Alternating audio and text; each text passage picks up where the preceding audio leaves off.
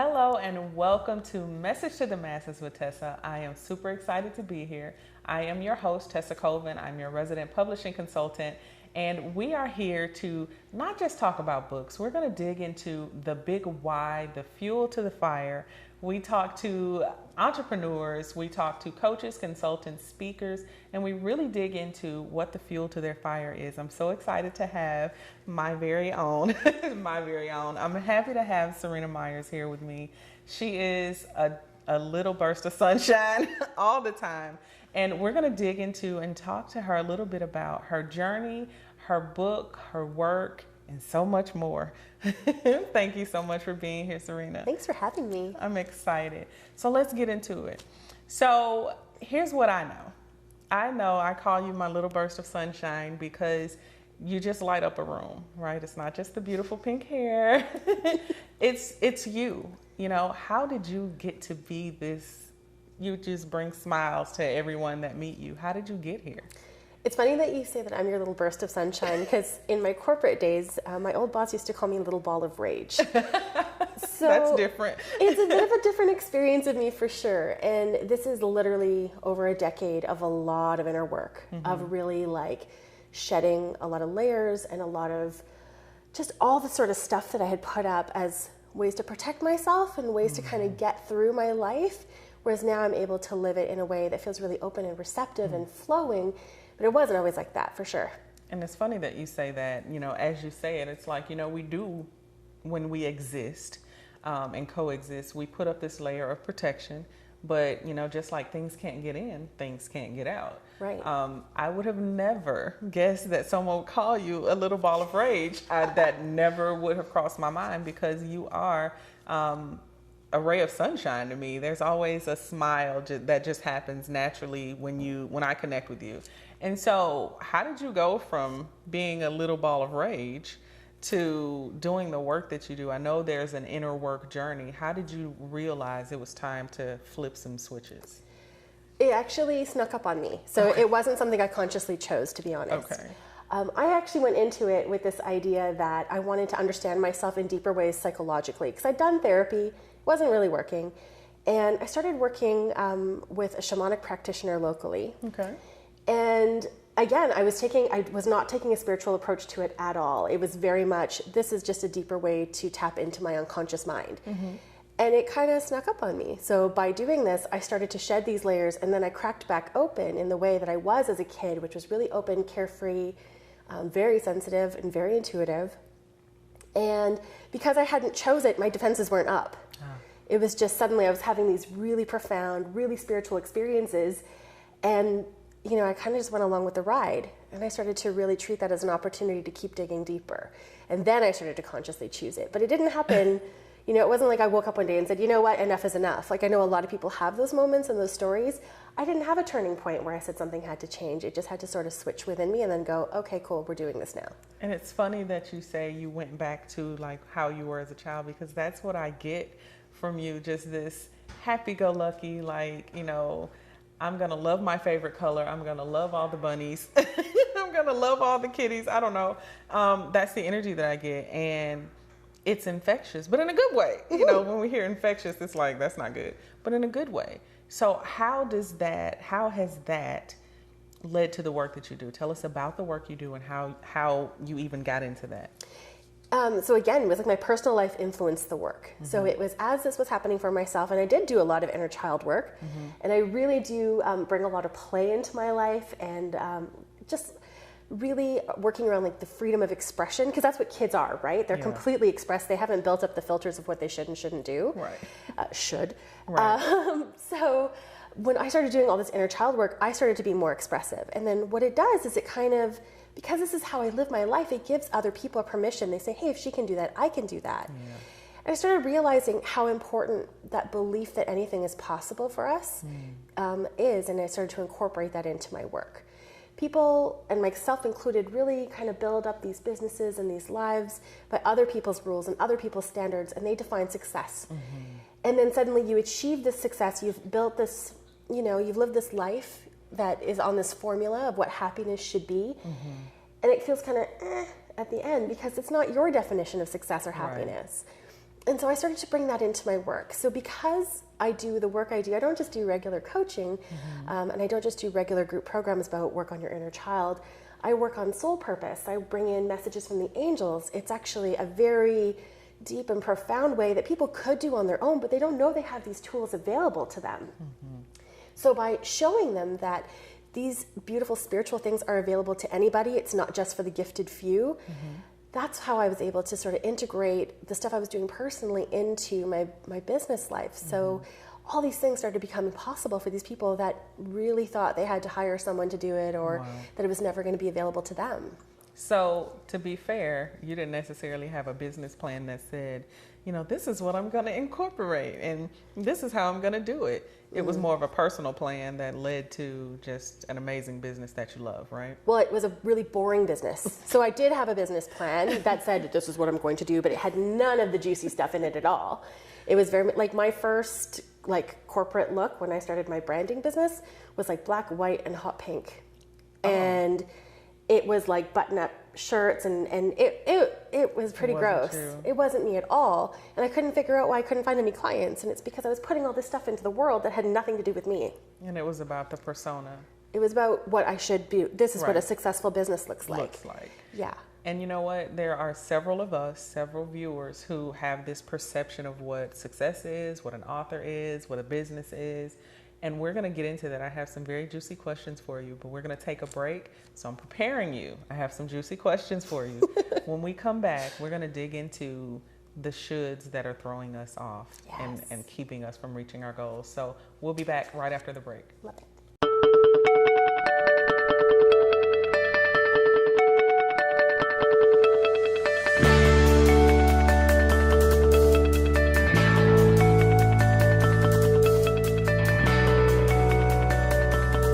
Welcome back to Message to the Masses with Tessa. We have the amazing Serena Myers here. She is a genius. I mean, I might be a little bit biased, but she is. She's brilliant at what she does. She's very soul-centered, and she is focused on helping people achieve their goals.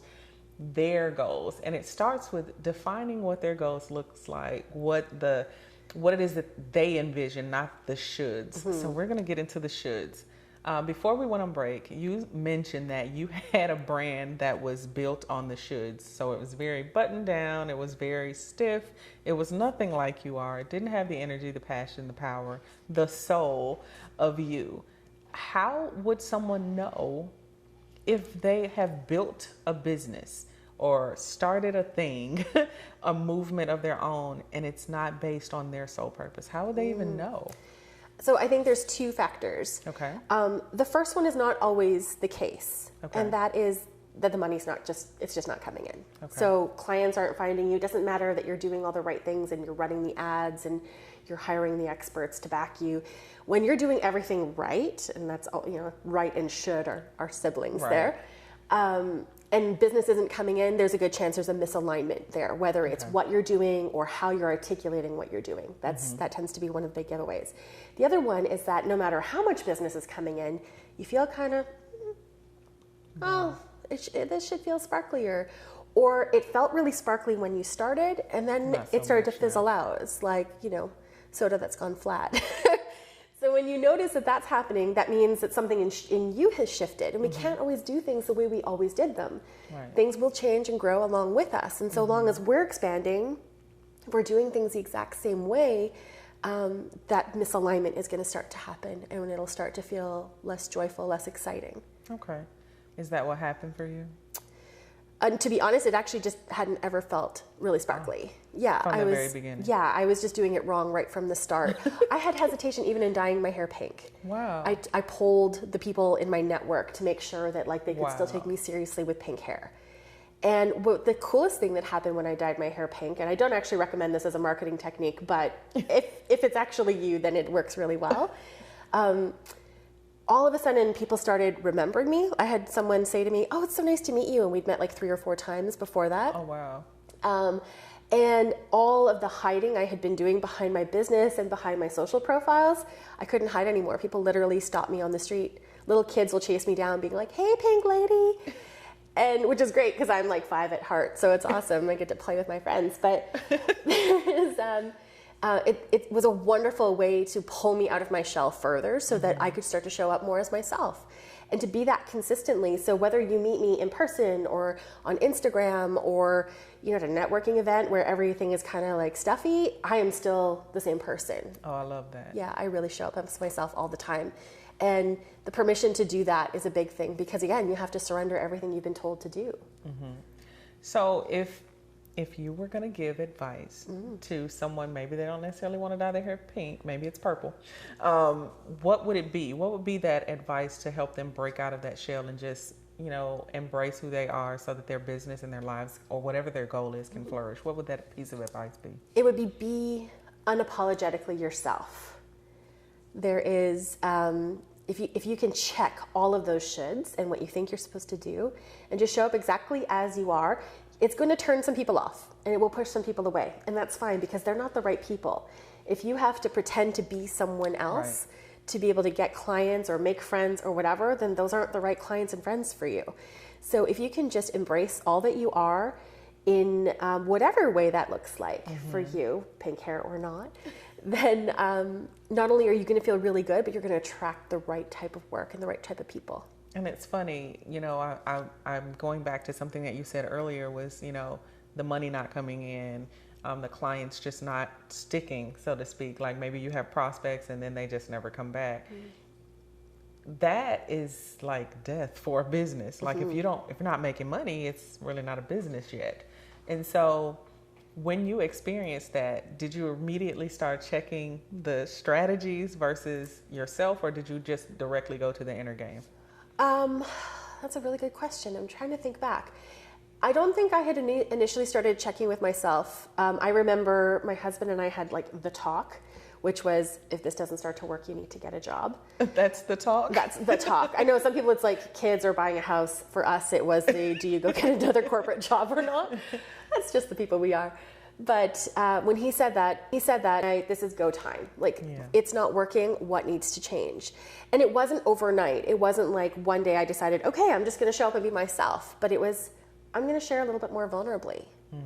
And then gauge what that reaction was like. And I'm going to start to show up in these circles. And I'm going to start to stop treating my sisters as competition and just actually collaborate together and take a community approach to work. It was all these little things, and they started to accumulate, and that's how it snowballed. It wasn't one day I was like, I'm here. It was very much like a gradual. So you looked up and was like, oh, hey, I'm here, versus bam, I'm here. Yeah, exactly. It was sort of like, oh, I'm here. Oh, I'm here. I'm here.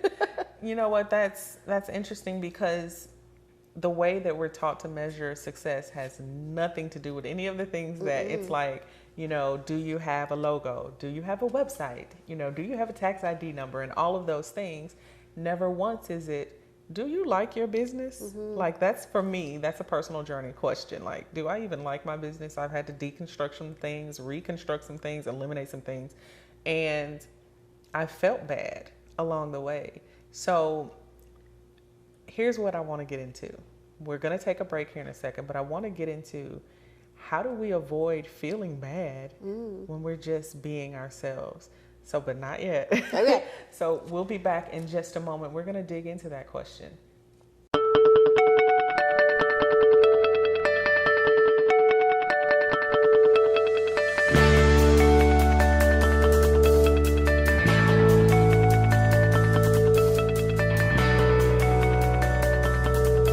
Back to Message to the Masses with Tessa. We are diving into authenticity and businesses that work and the shoulds and the right thing to do in business with Serena Myers. And I say that tongue in cheek because the right thing to do is usually whatever your gut leads you to do. And Serena would mirror that. But before we took a break, we were talking about how do you push through and really own that the right thing to do is to be you? How do you not be afraid that no one else is like you and think something is just inherently wrong with you and then chase this vision of this business or this book or whatever the thing is? How do you do that? I think when you're doing something differently, and I know when I started to incorporate Angels and Akashic Records into branding work, I couldn't find any business to look up to or emulate. I really had to figure out what does that look like for me. And I did a lot of inner work around it, a lot of meditation and whatnot, but that's just my process. I'm also someone who doesn't entirely care what people think, so it's a little bit easier for me, and that's not everybody's personality. Right. Some people are really, really impacted by what their loved ones think, and I'm like, I hear what you're saying, but I'm going to do this anyway. That's kind of my approach to life. So you really have to figure out why this matters so much and why it is for you, and I don't recommend actually doing it all at once, like we talked about before. I think when you can kind of gradually build it up, it's not just easier for you to stretch into, but it's also a little bit more sustainable. And for the people around you whose feathers might get a bit ruffled, they can get warmed up to the idea before you're full blown. They get a little time to heal before the next shift. Totally. And if you are working with mentors, do we keep going? Okay. If you are working with mentors, it's really important that they're people who get you and who see you and who know, maybe they haven't done it themselves, but they get the general idea of where you're going with things. Because otherwise it's trying to force you into like a cookie cutter situation, and that won't really work either. Right. So I do think you need to do a lot of that inner stuff of, okay, I'm ready to stretch into this. I do think you need the outer support, but from the right people, not just from the latest expert. So I think this is a perfect place to talk a little bit about your book, because it's a little different, right? So tell us the title, tell us how you got there, tell us what you wanted to do for the readers. Yeah, so my book is called Prayers and Prose, and it's a culmination of stories that I've shared on social media about my spiritual journey and about the things that I've been learning over the last decade of deep, deep inner work. And then I've paired it with angelic prayers so that you have the two balances of that world. And it's super funny how it came to be, because I've been working on my big book with you for the last almost year now. Yes. And I had a lot of resistance. I had a lot of stories about what it meant and about how I should do it and everything else. Do it. And you posed a beautiful challenge to me, because I had this idea about putting this sort of compilation of these social posts together with these prayers. And you said, oh, so you're going to do that today? And I literally published it in one day. One day. And the beautiful thing was, when I did that, I went, oh, this is actually way easier. It challenged all of the stories I told myself about my big book, which is, I've written tons on it since then. Right. And all of that progress was possible because I could get over that mental hurdle of, oh, this is just too much. This is too hard. This is. And don't forget the it should be. It should be. Yeah. It was, I was hung up on even I'm a graphic designer, and I was hung up on what the cover would look like. Right. That's ridiculous. That is silly. And to be able to churn something out in a day without the same kind of attachment that my big book had, because they were things that were already public, so that vulnerability piece wasn't quite as high. Right. But the worthiness piece came up a lot. Yeah. Who's going to pay for this? Even though it was like $7.77. There was that whole, am I giving good value? Is it long enough? Is it long enough for $7?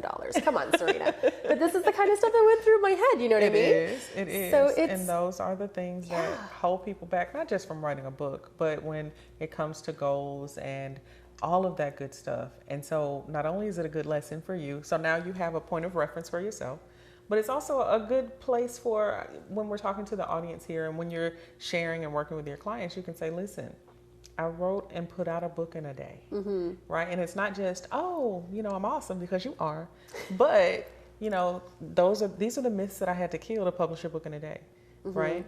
It comes back to that's what's possible. It is, and it's so empowering, and I know so many people need that and want that and don't even know what to call the thing that they need. So here's what I want you to do. I want you to tell our audience, where can they find you? Where can they connect? Because I know they want to connect because you're awesome. Tell them where to connect with you. So the best place would be to go to yoursacredsoul.com. It starts off with a Sacred Soul quiz, which will give you beautiful insight into who you are. And then there's some other extra little goodies on there as well. That is perfect. So you have heard it here. You know how to connect with Serena. We are encouraging you to just tap into what's possible for you, your message, your story, and your life. And thank you so much for joining us today for Message to the Masses with Tesa.